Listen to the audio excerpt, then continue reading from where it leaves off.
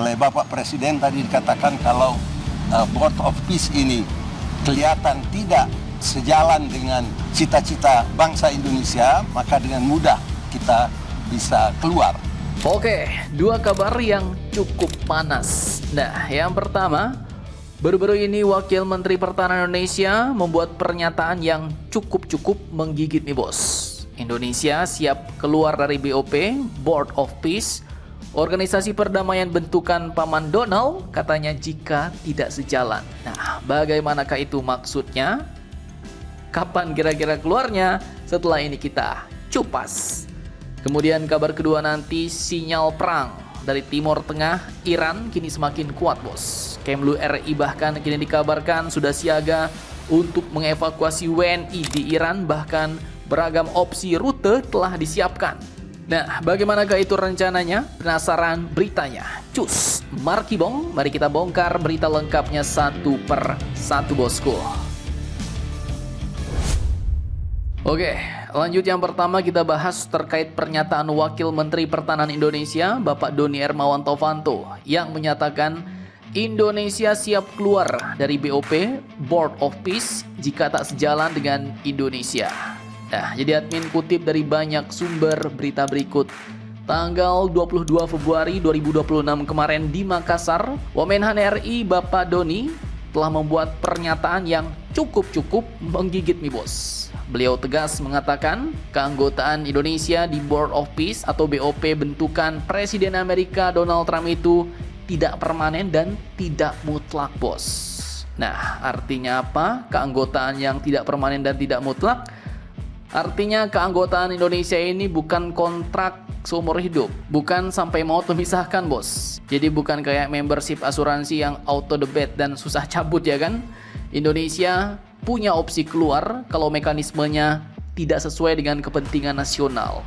Menurut Bapak Doni, keikutsertaan Indonesia di BOP adalah bagian dari amanat konstitusi Undang-Undang Dasar 1945, yaitu ikut serta dalam ketertiban dunia dan perdamaian abadi. Dan saat ini menurut beliau, BOP adalah opsi yang paling nyata dan realistis untuk berkontribusi langsung pada perdamaian Palestina bos. Jadi maksudnya adalah alternatif baru, jalan pintas, jalan cepat. Beliau bahkan sempat bertemu Dubes Palestina dalam sebuah resepsi di Jakarta pada tanggal 20 Januari 2026 dan mendapat respon positif.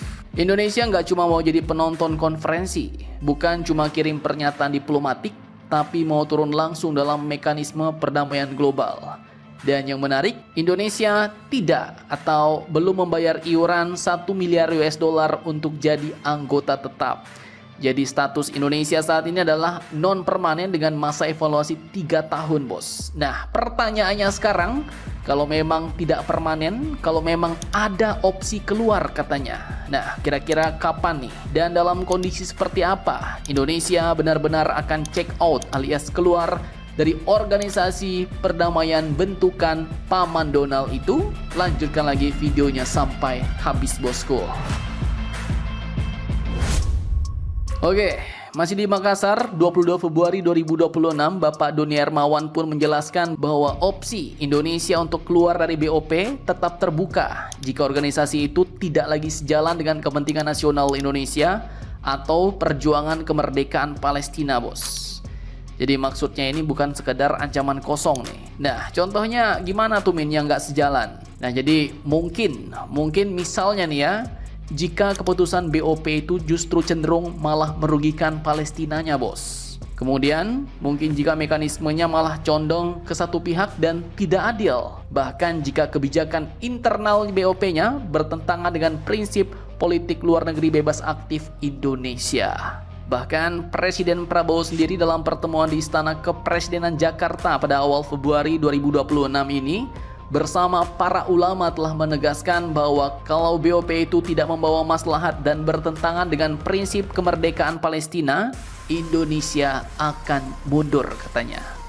Hal ini juga diperkuat oleh mantan Dubes RI untuk Amerika yaitu Bapak Dino Patijalal yang menyebut BOP sebagai eksperimen realistis, bukan obat mujarab bos. Jadi ya kalau mau diibaratkan itu posisi Indonesia sekarang ibarat masuk ruang negosiasi dengan satu tangan memegang pena ya kan, siap tanda tangan, tapi tangan lain posisinya dekat dengan tombol pintu darurat. Jadi kalau ada yang nggak cocok, langsung kabur ya kan, jangan sampai pula terjebak. Tujuan Indonesia apa? Ya, masuk BOP untuk mempengaruhi yang lain, bos. Masuk untuk menjadi penyeimbang bersama negara-negara mayoritas muslim.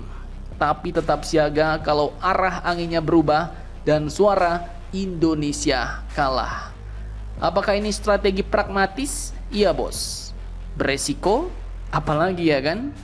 Tapi ya, dalam dunia geopolitik kadang yang paling berani itu bukan yang teriak-teriak paling keras ya kan?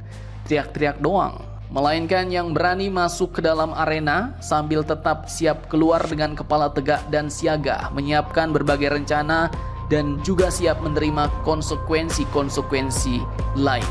Mantap, mantap, jos.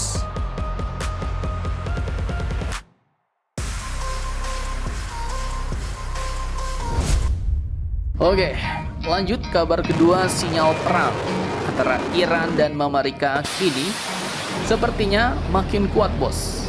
Kemlu RI pun bahkan telah siaga untuk melakukan evakuasi WNI di Iran dan beragam opsi rute telah disiapkan. Jadi admin kutip dari banyak sumber berita berikut.